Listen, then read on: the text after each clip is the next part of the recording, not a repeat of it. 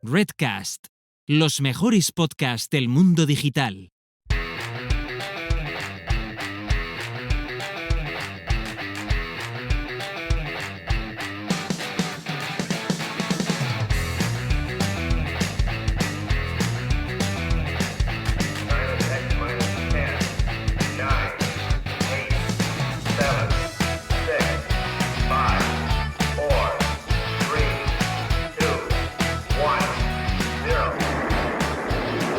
Esto es Planeta M, la tertulia semanal de marketing digital.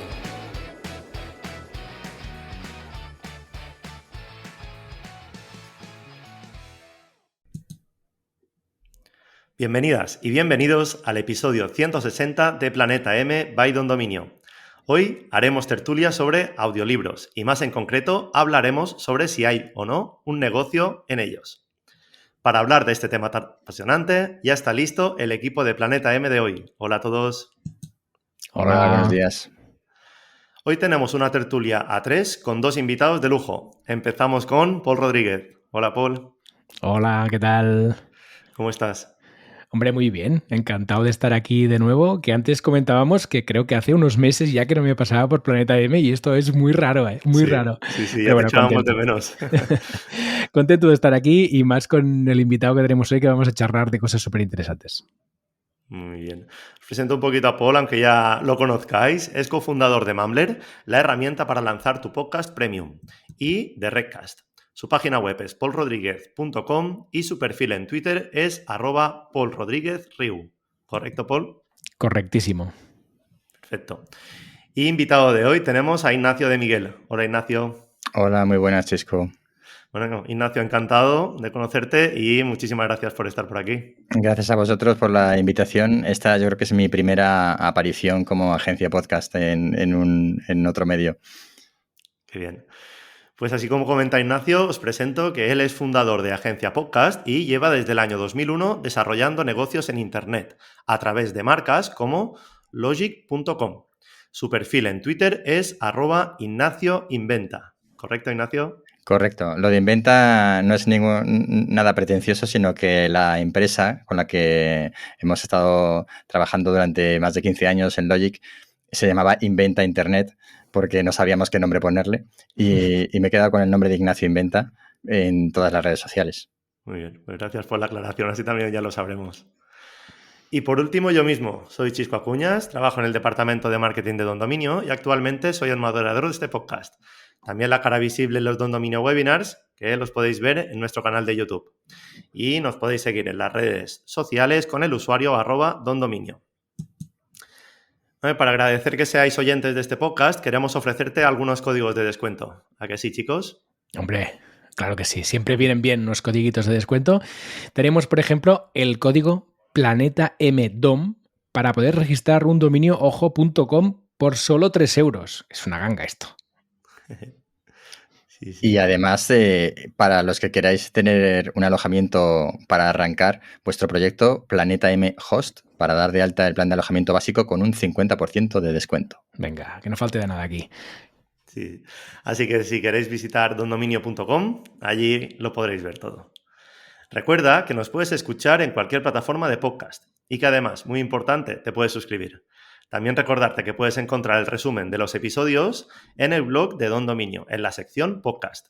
Además, somos parte de Redcast, así que también nos puedes encontrar en redcast.es, que por cierto lo gestiona aquí nuestro amigo Paul. Bueno, ahora sí, chicos, ¿vamos al lío? Venga. Muy bien. A la carga. Perfecto. Pues bueno, últimamente se está oyendo muchísimo el formato audiolibros, ¿no? Es decir, que ¿creéis que hay un negocio ahí? ¿Cómo lo veis? Yo creo que Ignacio como invitado le puede dar caña. Venga, Ignacio. Aquí el último que llega es el primero que empieza siempre, ¿eh? O sea que venga. Fenomenal. Pues a ver, habría que distinguir entre el clásico audiolibro y otros formatos de audiolibro que se están ensayando y que se están desarrollando poco a poco.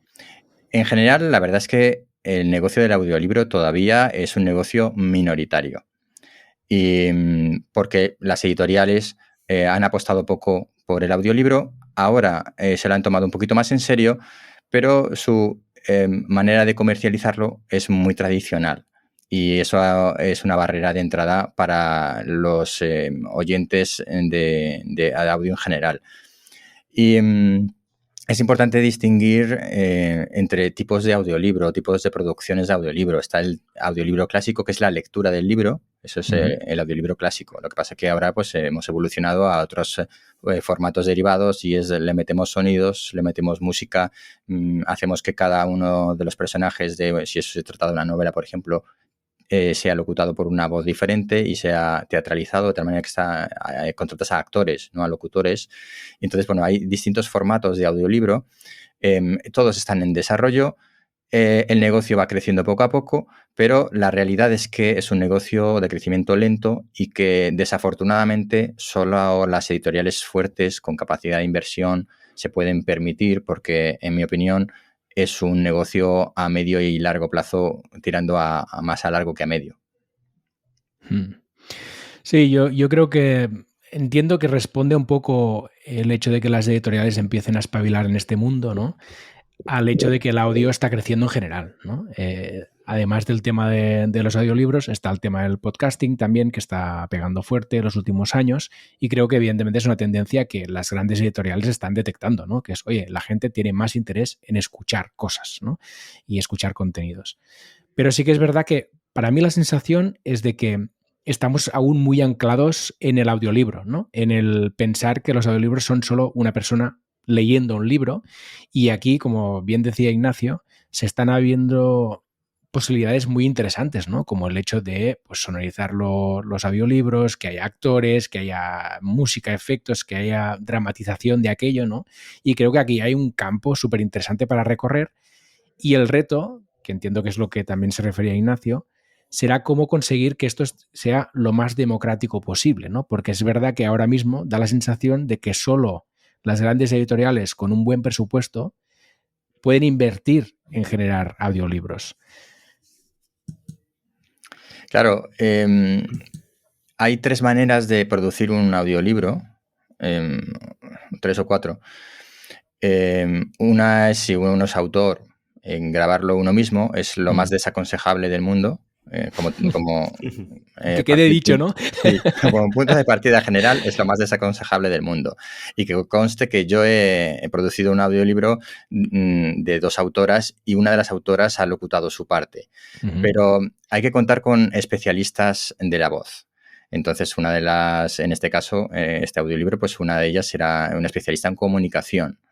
Y entonces, pues, y por la característica del libro tenía mucho sentido y lo hacía lo suficientemente bien como para que el resultado fuera bueno. Si no, es siempre desaconsejable, porque, bueno, como en todo, hay especialistas para locutar, hay especialistas del micrófono e incluso especialistas de audiolibros. Entonces, bueno, pues nunca lo vamos a poder hacer igual de bien que un especialista.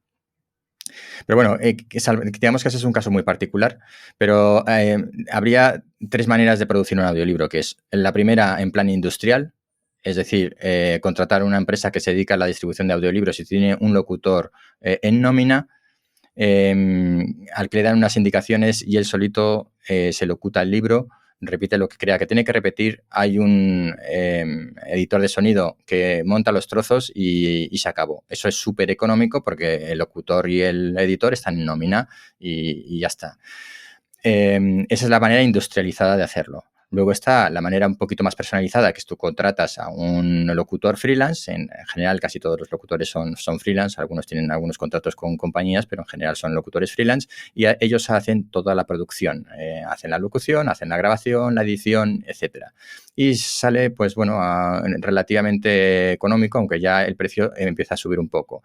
Y luego está la tercera opción, que es la de contratar a un estudio o una agencia de producción, como podríamos ser nosotros, donde el presupuesto se dispara. Pero se dispara porque nosotros vamos a un estudio de grabación que no es una caja de cerillas de 2 metros cuadrados, sino que es un estudio pues mucho más amplio, que está optimizado con pantallas para la proyección del libro y poder leerlo, donde puedes elegir el micrófono en función de la voz, donde hay un técnico de sonido, donde hay un director durante toda la grabación del libro y luego hay un revisor de las locuciones que indica qué se debe repetir con lo cual tienes que volver a llamar al locutor para quedar otro día, hacer las repeticiones y luego está la postproducción. ¿Qué ocurre? Que hay muchas más personas implicadas, el proceso es más largo y eso es más caro, simplemente por horas de trabajo.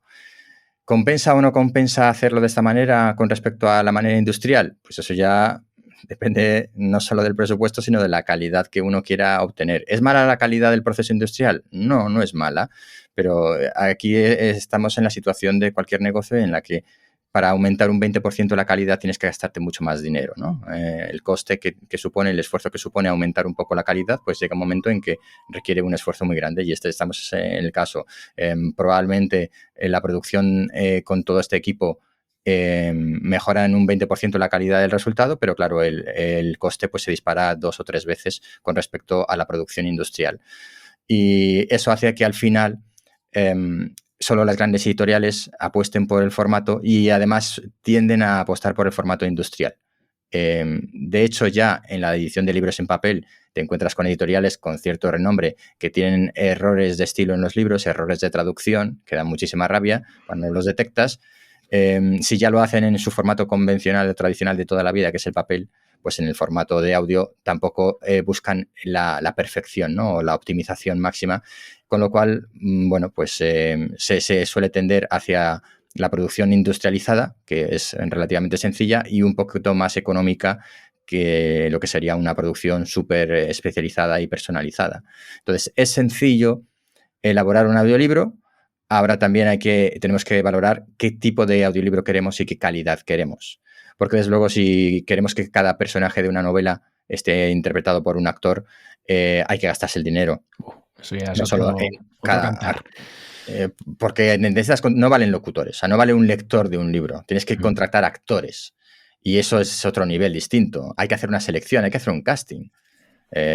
Para hacer una interpretación hay que hacer un casting. No vale cualquier voz la primera que te pasa por delante, ¿no? Entonces, eso encarece los costes también. Un pedazo de presentación que nos ha hecho Ignacio ya presentándonos el formato y cómo trabajarlo. Pues si os parece ahora podemos ir detallando un poco cada uno de los aspectos y Ignacio empezabas por una diferenciación muy, muy importante, muy interesante. Creo que es entre audiolibro, libro sonorizado y otros formatos de audio basados en libros, ¿no? Has comentado brevemente un poco cada uno de ellos. ¿Qué les podría diferenciar uno de otro? A ver, el audiolibro clásico es la lectura del libro, sin más. Es verdad que cuando hay personajes, el locutor imprime cierto carácter a cada uno de los personajes para que haya leves diferencias y que se pueda entender que son distintos personajes que están dialogando entre sí, pero es una única voz que lee el libro y ya está. ¿Vale? No hay ninguna modificación del texto, se lee tal cual está, de principio a fin, se interpreta un poquito los personajes para que se distingan las voces, quién está interviniendo en cada momento y ya está. Esa es la manera clásica del audiolibro clásico. A partir de ahí, pues podemos sonorizar con música ambiental el relato, podemos dar efectos sonoros a cada secuencia, a cada escena del relato para crear una atmósfera un poco más inmersiva con respecto al relato. Podemos hacer que cada una de las voces, diálogos y personajes estén interpretados por personas diferentes y entonces ya nos estamos metiendo en un terreno de producción un poco más artístico. ¿Qué ocurre? Que, hay de todo, pero lo normal cuando si quieres convertir un libro en una ficción sonora, digamos, es decir, en algo completamente recreado, como si tú fueras a hacer una película, pero solamente en formato audio, ahí lo que se suele hacer es adaptar el guión. Ya no vale, no es una lectura como tal, sino que adaptas el guión, tanto la voz en off o la voz de referencia como las voces de los personajes, los diálogos, se adaptan para convertir eso en lo que podríamos llamar una ficción sonora, que sería el otro extremo, ¿no? del audiolibro, que ya no es un audiolibro, ya es una ficción sonora que requiere unos medios completamente distintos, unos recursos mucho mayores y un desarrollo de la producción pues más complejo. Súper interesante. Yo te quería preguntar, Ignacio, aprovechando que te tenemos por aquí.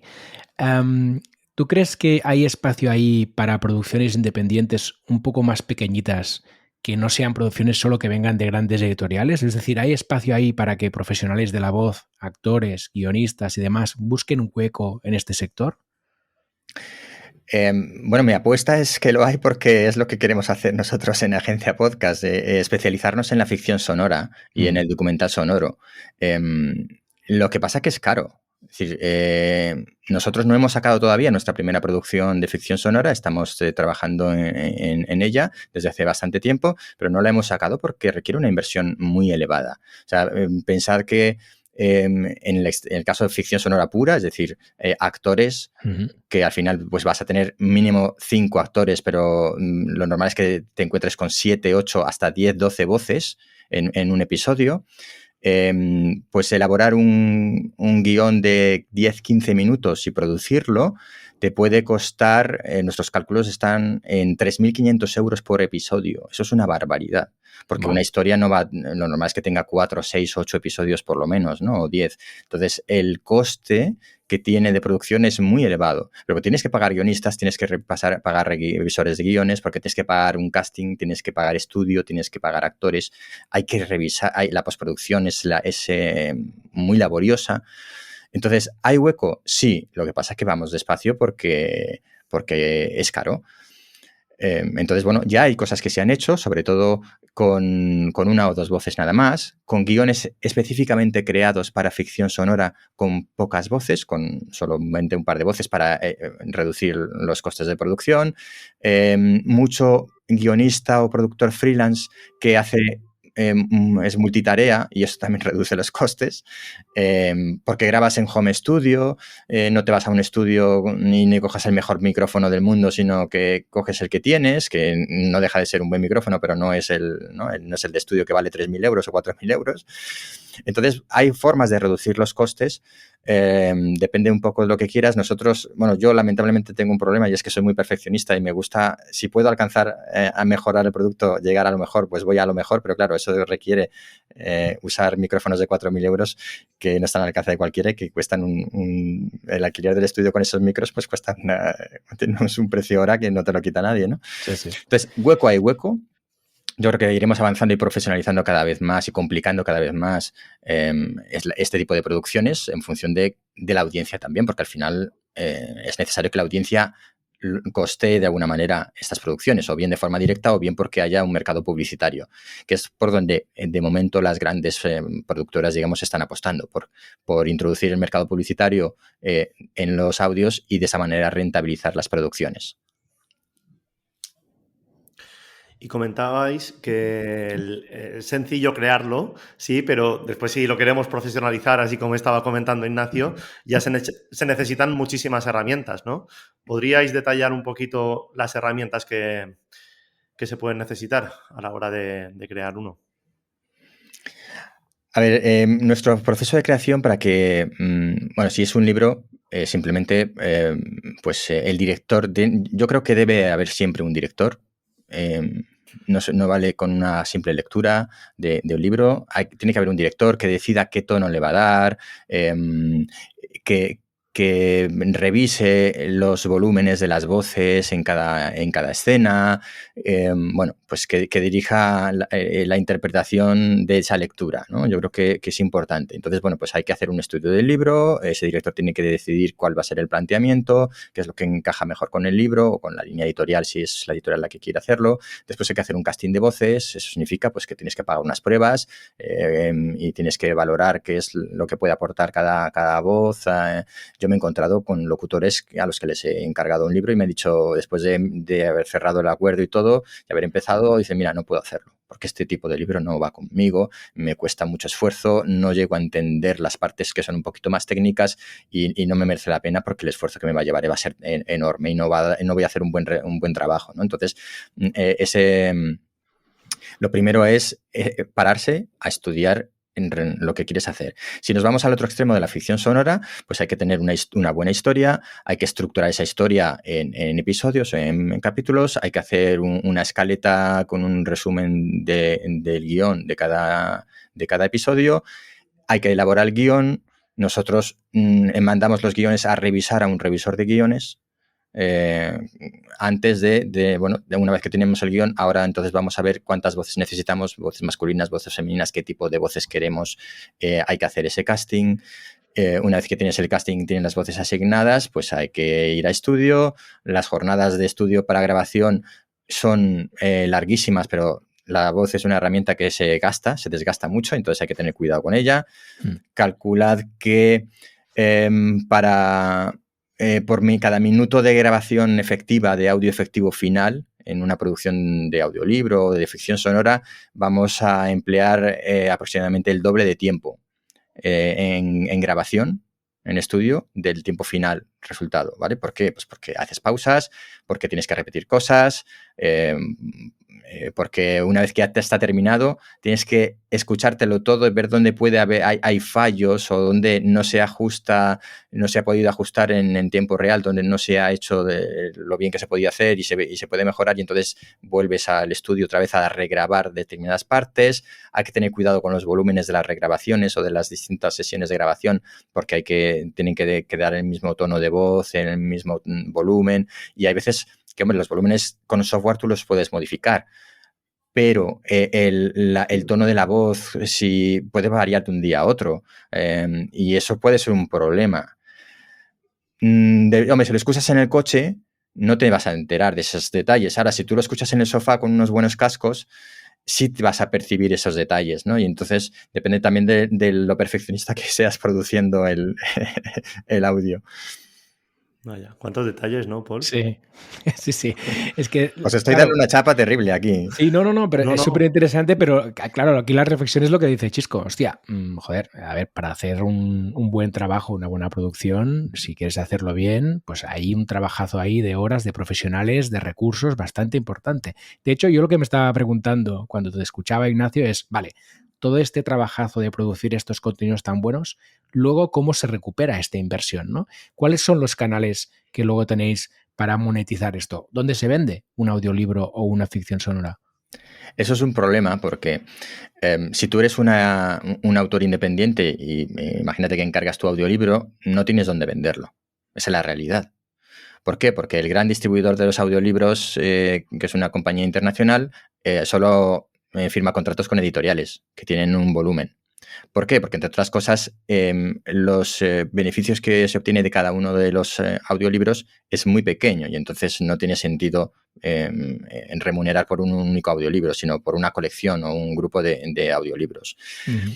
Entonces, realmente es complicado comercializar un audiolibro si no eres una editorial. ¿Qué ocurre? Que las grandes editoriales tienen dos estrategias de comercialización. Uno, meter sus libros en plataformas de suscripción, como podían ser pues, Storytel, por ejemplo, que es la más conocida aquí en España, o bien tener su propia plataforma donde tienen su sistema de suscripción o venden de forma individual cada uno de los libros en formato audio. ¿Qué ocurre? Que el precio del audiolibro realmente es igual o incluso a veces superior al precio del libro en papel. Pero porque los costes de producción son enormes, ya os los he comentado. O sea, si por cada cuarto de hora nos cuesta 3.000 euros la producción, imaginaos, o sea, una producción a alto nivel, ojo, que ya hemos dicho que hay maneras y maneras de producirlo, pero bueno, en general es un proceso largo. Un audiolibro, ¿cuánto puede ser? 6 horas, 8 horas. Entonces eso pues ha requerido mucho tiempo, ¿no? Y mucho trabajo. Entonces, ¿qué pasa? Pues que ahora mismo el negocio de las grandes editoriales es vender los libros de manera individual en sus propias webs o distribuirlo, algunos como lo distribuyen en plataformas como Storytel y obtienen unos rendimientos, los que sean. Pero es una apuesta a largo plazo, porque rentabilizar un audiolibro, menos de 3.000 euros no te va a costar. Eso en la parte yendo al rango económico, ¿no? Uh-huh. Hombre, si contratas a José Coronado, como ha hecho Amazon para atraer al público objetivo de escucha de audiolibros, pues eso te cuesta mucho más, porque un locutor te va a cobrar unas tarifas más o menos estandarizadas que hay en el sector, pero José Coronado te va a cobrar mucho más, ¿no? Por poner su voz y su imagen al servicio de la empresa. Con lo cual, ahí se han gastado muchísimo dinero y luego, desde luego, yo creo que su retorno es una inversión en marketing y su retorno no lo van a, por cada audiolibro locutado por José Coronado, no lo van a rentabilizar antes de 5 años, porque es imposible, porque es muy caro. Entonces, es complicado la comercialización de los audiolibros. Si nos vamos a la ficción sonora, Hay otra forma de comercializar que sería mediante publicidad, que es lo que están haciendo las plataformas más de producción de audio que no son audiolibros, tipo Podium Podcast o Podimo, por ejemplo, ¿no? Estas empresas en principio comercializan y obtienen ingresos a través de la publicidad, sobre todo Podium Podcast, a través de publicidad, y entonces pues, se gastan X dinero en las producciones y saben que en 3, 5 años o el tiempo que sea, a lo mejor menos, si tienen una gran cantidad de publicidad, pues pueden rentabilizarlo. ¿Qué pasa con los productores independientes como nosotros? Pues que o le vendo la producción a uno de estos grandes, y al final de grandes estamos hablando de Amazon, estamos hablando de Spotify, estamos hablando de Podium, de Podimo y, bueno, si queréis Storytel y poco más, o sea que no tenemos tampoco muchos más jugadores, pues o le vendemos la producción por un precio cerrado o nos buscamos la vida para obtener en rendimientos creando una comunidad propia, que es un poco la apuesta por la que vamos nosotros inicialmente. Vamos a intentar crear una comunidad que sufrague los costes de la producción de forma directa y luego el tiempo nos dirá si esas producciones las podemos rentabilizar de manera adicional con publicidad o vendiéndoselas a uno de los grandes jugadores, ¿no? Porque una de las cosas que hay es que las grandes compañías no te contratan una producción si no demuestras antes que eres capaz de hacerlo y que eres capaz de hacer un buen producto. Entonces nosotros somos nuevos en esto de la producción, por ejemplo, y entonces nos cuesta un esfuerzo terrible poder llegar a vender algo. Los que lo han conseguido y lo han hecho muy bien es porque eran guionistas o eran productores de audio, venían de gente de la radio, han hecho muy buen trabajo, llevan muchos años picando piedra y entonces ahora han conseguido que las grandes se fijen en ellos y les paguen adecuadamente por el trabajo. Entonces, la comercialización, si eres alguien independiente, está muy complicado y si eres alguien grande, pues tienes que irte por el lado de la publicidad o si es audiolibro puro, por el lado de las grandes plataformas. Aquí seguro que Paul podrías aportar algo en tema de publicidad, ¿no? Que en podcast también se parece un poquito en este caso. ¿Crees que puedes añadir algún detalle a lo que ha dicho Ignacio, no? No, claro, el conocimiento del sector lo tiene Ignacio y es el que se está peleando para vender cosas, ¿no? Que no es fácil. Pero claro, a mí me da que intentar monetizar este tipo de producciones con publicidad va a ser complicado simplemente por un tema de volumen, ¿no? Al final, para que realmente la publicidad pueda cubrirte los costes de esto, necesitas un volumen inmenso. Entonces, entiendo que lo que dice Ignacio tiene todo el sentido, que es intentar tener una comunidad que directamente te sufrague los costes de producción, ¿no? Que al final es una apuesta mucho más directa con la audiencia. Es decir, mira, yo genero un contenido, te vendo este contenido y tú lo pagas, igual que pagas un café o una barra de pan. Y creo que en general, en el sector de los contenidos, sector podcast, sector evidentemente audiolibros, ficciones y demás, tiene mucho sentido que así sea, ¿no? Que al final el propio público, la propia audiencia, pague por ese contenido, lo consuma y a partir de ahí vamos a tener mucho más margen para poder reinvertir luego este dinero en otras producciones. Porque si solo lo fiamos a publicidad, difícilmente saldrán los números, ¿no, Ignacio? Claro, salen a medio plazo, a largo plazo y sobre todo tienes que tener una fuerza comercial publicitaria enorme. Entonces, Prisa puede permitírselo, obviamente, con Podium, pero un independiente, pues la parte publicitaria, pues en principio no sería una vía recomendable porque le va a costar un esfuerzo tremendo. No puede garantizar unas cifras de audiencia que para vender forma masiva a empresas que quieran publicitarse. Entonces, las grandes ficciones sonoras de Podium, por ejemplo, pueden estar en 1 millón, 2 millones de escuchas de 3 temporadas completas, por ejemplo, ¿no? 1,5 millones, a partir de 1 millón sería un gran éxito de escuchas, pero eso lo puede hacer Podium, pero yo no lo puedo hacer, yo no puedo llegar a 1 millón de personas, ¿no? Entonces, ¿cómo viendo yo esa publicidad si llego solo a unos cientos? Pues no puedo. Entonces, efectivamente, el crear una comunidad y que sea la que sufrague tu trabajo, porque cree en tu trabajo, porque le gusta, porque lo valora, y también hay que... Aún así, la comunidad tampoco le puedes pedir demasiado, ¿no? No solo porque no estamos acostumbrados a pagar demasiado por los contenidos digitales, sino porque, bueno, es un esfuerzo, no puedes estar pagando, al final se consume muy rápido, ¿no? Y y hace falta mucho dinero, pero se consume muy rápido. Si en una semana te has consumido la producción que ha costado 40.000 euros, pues necesitas una comunidad muy grande para sufragar eso y que tenga sentido. Entonces, bueno, hay que buscar también puntos intermedios.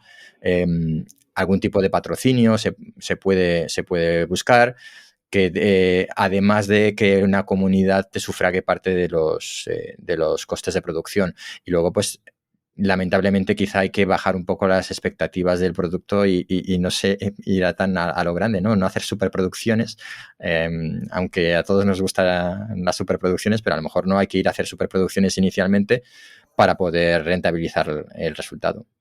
Claro, probablemente la jugada esté en diversificar las fuentes de ingresos, ¿no? Y diversificar también el contenido. Es decir, que tú puedes tener en tu catálogo audiolibros que sean más industriales, ¿no? Una cosa más, venga, rápido, pim pam y poca inversión, y que puedas tener también otros productos más cuidados a nivel de producción, ¿no? Que tengas ese abanico de oferta y ese abanico de opciones de ingresos que te permitan mantener a flote todo el negocio, ¿no? Claro, pasa el perfil de oyente, yo creo que cambia mucho también. Hay quien le gusta mucho el audiolibro, pero no está metido en los podcasts o en audios conversacionales o la ficción sonora. Y a quien le gusta la ficción sonora, a lo mejor no escucha audiolibros, ¿no? Por ejemplo, a mí los audiolibros no los escucho porque cuando yo escucho audio estoy haciendo alguna otra tarea y los libros quiero enterarme de todo, no quiero entonces si tengo que estar prestando atención al audio, pues ya para eso me lo leo, ¿no? Me siento en el sofá y me leo el libro en vez de escucharlo. Pero sin embargo la ficción sonora que tiene otra narrativa para fijar en el oyente lo importante de las historias, pues sí que la puedes escuchar en cualquier momento. Entonces son públicos distintos y el problema es que como productor, cómo mezclo las dos cosas y cómo hago que al oyente le interesen las dos cosas para compensar un poco uno con otro. Entonces es complejo, es complejo. Sí, estoy de acuerdo, pero de todos modos yo creo que tiene como casos de uso distintos, ¿no? Al menos en mi caso, yo escucho ambas cosas y podcast también, y para cada tipo de contenido encuentro un momento adecuado, ¿no? Porque sí que hay momentos que necesitas pensar más, momentos que no tanto, y además también está el tipo de libro. Yo, por ejemplo, que soy consumidor de libro de negocio y de marketing, yo este tipo de contenido lo puedo escuchar limpiando, conduciendo, de todo, porque no tengo que estar 100% focalizado, simplemente me va sonando aquello y voy reflexionando sobre lo que voy escuchando. Pero yo creo que una persona que pueda estar interesada en ficciones sonoras probablemente también tenga momentos del día en el que algo más liviano, como un libro más práctico, ¿no?, le pueda servir. Entonces, yo creo que aquí está la gracia un poco en vender eso a la audiencia, decir, oye, aquí vas a encontrar un poco de todo y lo puedes utilizar de distintas formas en función de lo que quieras consumir y en el momento en el que te encuentras de tu día a día, de tu semana y demás, ¿no? Sí, pero fíjate, has puesto un ejemplo que ya no es tan sencillo porque si tú escuchas un libro de marketing donde hay cuadros, tablas, referencias, eso hay que adaptarlo al audio.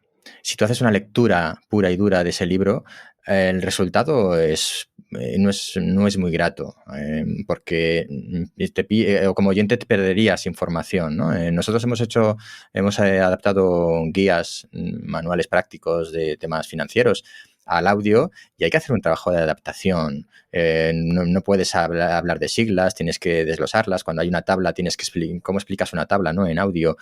Entonces, al final, ¿qué ocurre? Que este trabajo encarece el producto y estamos otra vez con el mismo problema de antes, ¿no? Que no hemos podido mezclar dos productos de distintos costes, sino que nos hemos ido a un coste elevado en la producción. Pero bueno, sí es verdad que un mismo oyente puede tener distintos ámbitos en los que escuchar distintos tipos de contenido. Y para grabarlo, has comentado que es muy importante el tono de voz, porque, por ejemplo, en un libro el oyente tiene que poder imaginarse la escena, ¿no? En este caso, ¿cuál sería el proceso? Es decir, ¿es aconsejable, seguro que sí, leerse el libro bien y saber cómo se debe transmitir a alguien que quiera grabar un audiolibro? Pues mira, en general sí, pero hay excepciones. Hay libros en los que la sorpresa, la incertidumbre es muy importante en la trama y si quieres que el locutor sienta esa sorpresa, esa incertidumbre en su voz, es bueno que no se haya leído el libro antes. Pero si no, en general, digamos que es buena idea conocer bien a los personajes para poder interpretarlos bien o para darle el tono a la historia que se merece. Y, por ejemplo, si intervienen dos autores o dos locutores, ¿primero se graba una parte y después la otra o se van intercambiando según la historia? Lo ideal, si son dos, lo ideal es grabarlo conjunto. La realidad es que hoy en día prácticamente todo en audio, cuando hay varios personajes, se graba de manera independiente. Vale. Qué curioso, ¿no, Paul? Sí, es un mundo. La verdad es que a mí me parece súper interesante, sobre todo por las opciones que ofrece, ¿no? Porque al final sí que estamos hablando de audio, del negocio del audio en general, y nosotros nos empeñamos, entre comillas, en poner a todo eso etiquetas, ¿no? No, esto es un audiolibro, esto es una ficción sonora, esto es un libro sonorizado. Pero al final, el consumidor final lo único que quiere es consumir, ¿no? Y sabe que hay cosas que le gustan, que no le gustan, que le encajan en su día a día, que no, que consume, que no, ¿no? Entonces, a mí me parece, lo interesante de todo esto, me parece, es la oportunidad, ¿no? Que creo que es un terreno que percibo que está como virgen, en el sentido de que, por un lado, por el desconocimiento de mucha gente no sabe aún que esto existe. Y por el otro, el tema de los costes de producción, que hasta ahora todo el mundo que ha entrado en este sector ha sido grandes editoriales que han producido grandes producciones, pues es como, parece que hay como una barrera, ¿no? Para los pequeños, y a mí particularmente, y por eso antes lo sacaba, me interesa mucho el trabajo que está haciendo Ignacio y que puedan hacer otras pequeñas productoras, de intentar buscar en este mundo que aparentemente hasta ahora no estaba preparado para ellos, estos huecos para poder crear contenidos interesantes y modelos de negocio que rompan un poco lo que ha sido hasta ahora el mundo del audiolibro. Y en este sentido, por eso me interesan mucho las cosas que cuenta Ignacio, porque veo ahí caminos posibles para explorar. Efectivamente, los formatos nuevos es lo que ahora mismo está teniendo éxito. Es decir, los autores independientes y hay que mirar mucho desde aquí, desde España a Sudamérica, porque allí se están haciendo cosas fantásticas en audio, con iniciativas muy interesantes en formatos. E incluso en temas de financiación de producciones gracias a comunidades. Y hay que ensayar formatos, hay que no tener miedo a hacer un formato nuevo y a explorar, porque al final se trata de encontrar lo que le gusta al oyente, y eso es el camino para poder rentabilizar un trabajo, ¿no? Porque al final yo creo que todos los que estamos en esto de la producción de audio es porque nos gusta. Yo soy un recién llegado en comparación con otros, pero realmente lo hago porque me gusta, si no, no lo estaría haciendo, ¿no? Entonces yo creo que ensayar y probar y atreverse un poco es fundamental para enganchar con tu audiencia. Sí, claro, aquí está el reto. El problema es, y volvemos un poco a lo mismo, a la parte monetaria, ¿no? Que siempre acaba siendo el problema, que es decir, bueno, aquí para poder hacer cosas innovadoras, rompedoras, que realmente aporten algo nuevo al mundo del audio, pues primero tienes que invertir, ¿no? Tu dinero, tu tiempo, tus recursos en crear aquello y luego mostrarlo al público. Y para mí, aquí está el reto, ¿no? O el mérito de estas empresas que están intentando hacer cosas nuevas, que es decir, oye, me están arriesgando, porque al final no deja de ser pues como una startup cualquiera, ¿no? Que es, creas algo que tú crees que al público le va a encajar, pero tienes que testear y ver qué tal funciona eso. Entonces, bueno, claro, aquí no sé si a nivel de financiación y demás, Ignacio, ¿esto se entiende fuera del mundo del audio, que alguien esté buscando dinero para hacer producciones sonoras? ¿Existe este sector? Claro. No. Ojalá existiera. Pero hasta las productoras, las distribuidoras, que yo llamo las distribuidoras, que han apostado por pagar, no pagan a cualquiera. Sí, tienes que demostrar quién eres, que tienes una audiencia ya previa que te va a seguir, y tienen muy limitados sus presupuestos. Entonces, bueno, pues las grandes producciones de Podium, por ejemplo, que tienen muy buenos actores y actores de renombre, como en los papeles principales, pues les han pagado un dineral a estos actores principales. Yo estoy convencido que al guionista y al productor sonoro le han pagado su trabajo justito. lo justo para vivir y ya está. No ha ganado dinero realmente, ¿no? No ha hecho un negocio de eso. Sin embargo, a los actores sí que se les ha pagado porque, bueno, pues son populares y eso ha sido un poco también el reclamo para conseguir la audiencia. Esa es la manera de hacer de los grandes. Los pequeños no podemos contratar a estos grandes actores porque te cobran a 1.000 euros la hora, ¿no? Para que os hagáis una idea, ¿vale? Lo hemos tanteado, nosotros lo hemos tanteado, y para un personaje que requiere grabar solamente durante 1 hora, reservas 2 horas, contratas a un actor de primera fila y te cobra 2.000 euros por las 2 horas, ¿no? Entonces, pero fíjate, si yo he comentado antes que el presupuesto de un episodio pueden ser 3.500 euros, hablando de costes, no para hacer negocio, o sea, para pagar a cada uno su trabajo, nada más. Entonces, yo creo que no hay todavía esa... Aquí en España, ojo, en Estados Unidos sí que hay empresas que están apostando por invertir dinero en producción, pero aquí en España todavía no, todavía es muy, muy temprano. Claro, ahora los del cine me van a matar, pero claro, durante muchos años el cine ha vivido de ayudas públicas que han ayudado para que se puedan lanzar producciones, ¿no? Quizá el sector del audio sería el momento de empezar a levantar la mano en plan, hola, estamos aquí, somos una industria cultural igual que el cine, ¿no? Quizá sería el momento de que, bueno, administraciones públicas empezaran a poner dinero también en la producción de audio. Ha habido, y de hecho hay todos los años subvenciones para producción cultural. Entonces, si eres capaz de encajar tu producción dentro de los pliegos, pues puedes obtener alguna subvención. Pero nosotros, por ejemplo, lo hemos explorado, esa vía, pero no valdría, por ejemplo, para una ficción sonora pura. ¿Por qué? Porque la aportación cultural está fuera de los ámbitos subvencionables, digamos. Porque no es como el cine, ¿no? Que hay ayudas específicas para cine, no solamente ayudas para el ámbito cultural. Entonces, pues de momento no hay ayudas específicas para el audio. No sé si hay mercado para que los gobiernos se interesen en ese tipo de ayudas. En realidad yo no querría una subvención, yo con una financiación me conformaría. Claro, ahí está. Sí, es que es suficiente. Al final es alguien que te dé el apoyo inicial para poder arrancar producciones y luego ya como empresa pues ya procurarás que esto sea un negocio real, ¿no? Que muchas veces es el problema del cine, que se ha subvencionado más que financiado y al final estamos pagando todos contenidos audiovisuales que, con perdón, nadie quiere ver. Pero bueno, esto sería otro tema y no quiero meterme más en jardines que vendrán a buscarme a mí. En Estados Unidos hay fondos de inversión para invertir en producción de cine. Entonces, claro, bueno, eso sería lo ideal, ¿no? Es un fondo de capital riesgo que invierte en producciones de cine y le saca una rentabilidad de X. Algunas funcionan, otras no. Pues esto, lo ideal sería que hubiera lo mismo en audio, ¿no? Que pudiéramos acceder a esas fuentes de financiación dando lo mejor de nosotros y luego, pues, hombre, habrá algunas que tengan más éxito que otras, ¿no? Pero, bueno. Sí. Lanzo una pregunta que creo que tiene bastante que ver con lo que estáis comentando. ¿Cómo podemos valorar si es un negocio sostenible o no?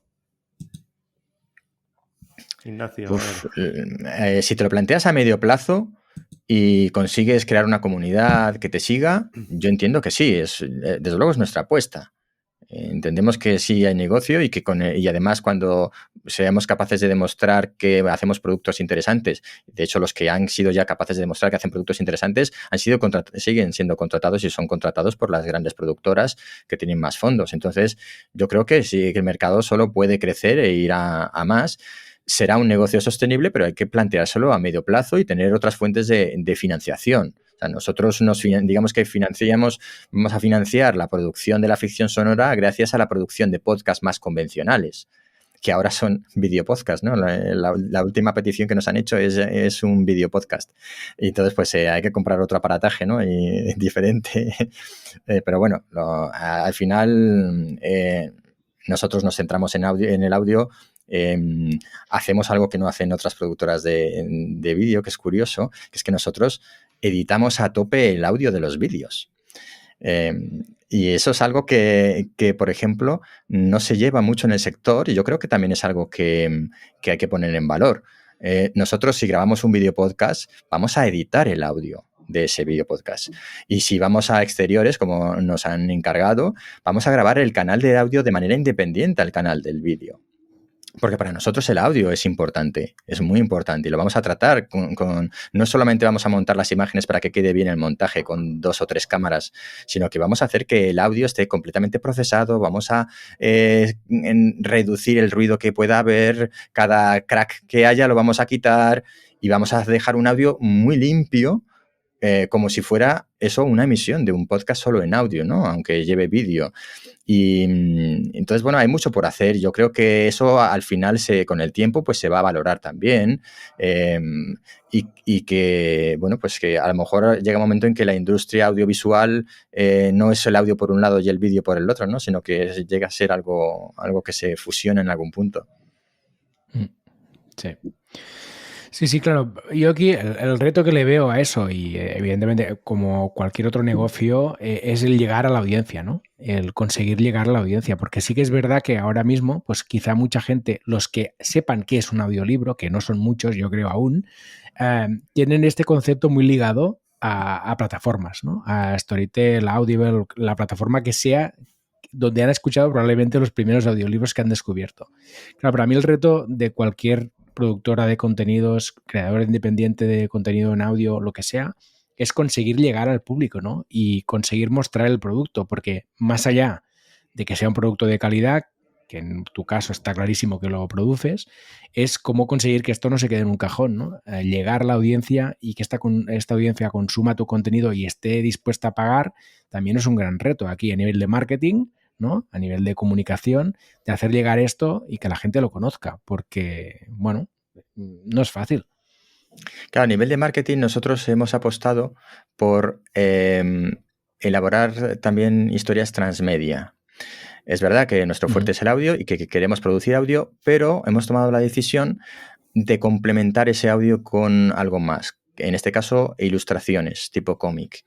Entonces, bueno, pues de la primera producción que estamos preparando, hemos encargado y ya tenemos, por ejemplo, la ilustración del personaje principal por delante, por detrás, de lado, con una imagen. Entonces, bueno, pues al final lo que vamos a apostar es no a vender solamente la producción sonora como tal, sino que vamos a vender la historia con unos personajes. Y eso implica tener contenido en texto, por ejemplo, adicional a la propia historia en la que transcurre la ficción sonora. Eso implica tener láminas e ilustraciones de los personajes principales o de algunas secuencias. Es decir, que creemos que el producto transmedia puede ser muy interesante y puede ser una manera también de hacer marketing y de llegar mejor y de crear mejor esa comunidad que sufrague los gastos, los costes de una producción. Y antes, Paul, comentabas el tema habéis comentado el tema de audiencia y tú, por ejemplo, has dicho que consumías tanto podcast como, está claro, también audiolibro. ¿Qué tipo de público crees que suele consumir este tipo de contenido? Bueno, yo creo que aquí está el público que consume audio en general, ¿no? Yo creo que puedes entrar por un lado o por el otro, ¿no? Quizá te recomiendan audiolibros y entras por este lado y luego descubres el podcast, o entras por el podcast y luego descubres el audiolibro. Yo creo que hay un sector de productos súper interesantes que están ahí y que la mayoría de oyentes, al menos es mi caso y los oyentes que yo conozco, pueden escuchar una cosa o la otra en función del día, del momento, de la semana, de si están despejados y quieren desconectar o si quieren estar concentrados y quieren aprender, ¿no? Incluso está todo el sector también súper interesante del audiocurso, ¿no? Que aquí hay también un gran recorrido para hacer y creo que es súper interesante. Entonces, yo creo que un mismo oyente puede ser consumidor de varias de estas cosas, ¿no? Y yo, por ejemplo, en mi caso, yo consumo mucho podcast, como ya sabéis, pero en medio de los episodios que yo sé que salen este día o este otro en la semana, los espacios vacíos los ocupo con audiolibros, ¿no? Incluso en alguna ocasión con audiocursos. Entonces voy complementando, siempre escucho cosas, siempre voy con los cascos puestos, ya forma parte de mi atrezzo, y entonces voy escuchando podcast y en medio voy rellenando huecos con audiolibros y demás. Entonces, no sé si hay un tipo de oyente definido de audiolibro o de ficción o de podcast, o todos hacemos un poco de todo en mayor o menor medida. Ignacio, igual vosotros lo tenéis más controlado esto. Yo creo que todo el mundo es un oyente potencial. Entonces, desde ese punto de vista, como tú decías, puede que entres por un podcast, puede que entres por un audiolibro, pero al final, a todo el que le enseñas un producto que le interesa en formato de audio, lo va a consumir. Porque todos tenemos huecos o tramos de nuestro día a día en el que podemos estar escuchando algo interesante, ¿no? Igual que escuchamos música. Entonces, yo creo que el perfil del oyente es universal. Otra cosa es que hay que dar a conocer los distintos tipos de productos a aquellos que todavía no se han acercado al formato audio y que, bueno, pues siguen escuchando solo la radio, por ejemplo. Pues, ¿quién no ha escuchado la radio, ¿no? De cualquier generación, desde música a programas de noticias, etcétera. Pues al final todos son oyentes. ¿Que no han descubierto el audio bajo demanda, lo que llamamos audiolibros o podcast? Bueno, es posible que todavía no lo hayan descubierto, pero al final todos somos oyentes y entonces desde ese punto de vista la audiencia es universal. Esa es la mejor parte, ¿no?, de esto. Sí, y que igual hay parte de la audiencia que no ha entrado simplemente porque no ha encontrado contenidos que le interesen, ¿no? Que al final esto tampoco hay que perderlo de vista. Y me remito otra vez a lo que comentaba antes, que a la gente le interesa el audio, aquel que le han recomendado o ha descubierto, más allá de que eso sea un podcast, sea una ficción o sea un audio, lo que sea, ¿no? Al final, muchas veces somos nosotros los que le ponemos etiquetas a eso, pero que no hace falta, es decir, el público general no sabe que aquello es A o B y le da igual, le interesa o no le interesa. Y por eso me parece súper interesante lo que comentaba Ignacio de ostras, hacer una experiencia, ¿no? Vender una historia, más allá de que sea una cosa o la otra, complementando pues con ilustraciones, con el vídeo, ¿no? Con pequeñas fracciones de la historia en versión animada, en versión cómic. Hay mil historias y mil cosas que podemos hacer para llegar mejor a la audiencia y ni siquiera mencionando que aquello es A o es B. Simplemente está esta historia en audio, escúchala que te va a interesar. Sí. Es muy buena frase esa para enmarcar.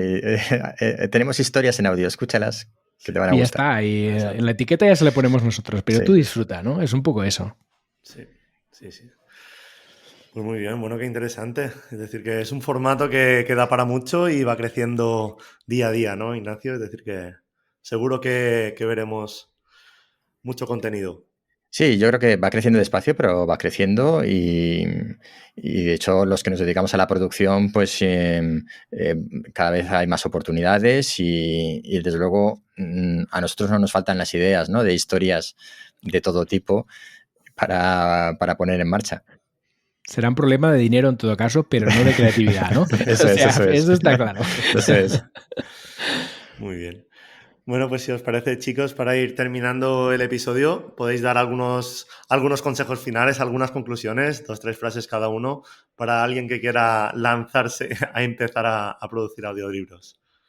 Yo le voy a dejar a Ignacio, que él es el experto. Yo solo voy a decir que en el sector del audio en general se están abriendo muchas oportunidades, porque él lo decía, ¿no? Esto está creciendo, es una industria que se está formando, empieza a haber muchas oportunidades para directores, actores, guionistas, productores. Ahí hay un abanico de trabajos súper interesante y es una industria que va creciendo y que en algún momento se quedará estable, pero que de momento yo creo que ofrece muchas oportunidades. Así que me parece un sector súper interesante para estar al día, un poco al caso de qué es lo que está pasando, y para todos aquellos perfiles profesionales que están en el sector del audio, la creatividad, la producción de contenidos, pues ojo, porque yo creo que aquí hay cosas interesantes que pueden pasar. Pues yo creo que lo primero que hay que hacer, cualquiera que quiera dedicarse a alguna de las facetas de la producción de audio, es escuchar mucho y muy variado. Es lo primero, ¿no? Ver todo lo que hay, ver todos los experimentos que se hacen, escuchar no solo cosas, si es de España, por ejemplo, pues escuchar mucho de Sudamérica, que hay cosas fantásticas. Y además, pues como es el mismo idioma, al final se entienden bien y puedes entender los matices incluso de la producción, ¿no? Porque a veces en otro idioma a lo mejor entiendes lo que dicen, pero te pierdes los matices de la producción. Pero en el mismo idioma, no cerrarse a una tipología o a una etiqueta específica, escuchar mucho. Da igual que seas director, que seas actor, que seas un locutor más convencional, que seas productor de sonido, que seas guionista. escuchar mucho y muy variado para encontrar tu hueco, tu diferenciación, lo que te gusta realmente y ser bueno en lo que haces. Muy bien. Bueno, pues ahora sí que es vuestro momento de hacer este spam de valor. Así que si queréis lanzar un CT al aire, todo vuestro. Pues, Venga, pues yo lo tengo fácil vale. porque agenciapodcast.com para todo tipo de producción de audio, como decimos nosotros, si es audio, si suena, lo hacemos, ¿vale? Y ya está, hemos incorporado el vídeo, con lo cual hacemos de todo. Pero sí quería aprovechar y recomendar basicast.com porque es un directorio de ficción sonora que hemos puesto en marcha con todas las producciones de ficción sonora de las distintas plataformas. Bueno, todas no están todavía, pero bueno, están clasificadas por categorías, están puestos los actores que participan, el número de temporadas que son, lo que duran, y bueno, pues es nuestra contribución también al sector para intentar dar difusión a este tipo de formatos de audio en el que nos queremos especializar. Basicast.com. Me lo apunto y después le echo un vistazo también. Qué bueno. Pues en mi caso, nada, deciros que tengo una página web que es paulrodriguez.com. Ahí vais a encontrar todos los enlaces a los proyectos que estoy haciendo y las movidas que tengo, entre ellas una newsletter también. Y sobre todo estoy súper activo en Twitter, @paulrodriguezriu. Si me queréis contactar por ahí, tengo los DMs abiertos, lo que haga falta. Perfecto, pues muy bien, chicos. Ha sido muy interesante, muchísimas gracias y os deseo mucho éxito en todos vuestros proyectos. Gracias, un placer estar aquí con vosotros. Gracias, Chisco y Paul. Encantado de compartir este rato. Esperamos veros pronto en otro episodio. Seguro. Muy bien. Y gracias a ti por escucharnos. Recuerda que puedes suscribirte al podcast en cualquier plataforma de podcast y recomendarlo a todo el mundo. También nos puedes dejar una bonita reseña de 5 estrellas en Apple. Nos encantan. Volvemos dentro de 2 semanas con un episodio sobre SEO para WordPress. Saludos.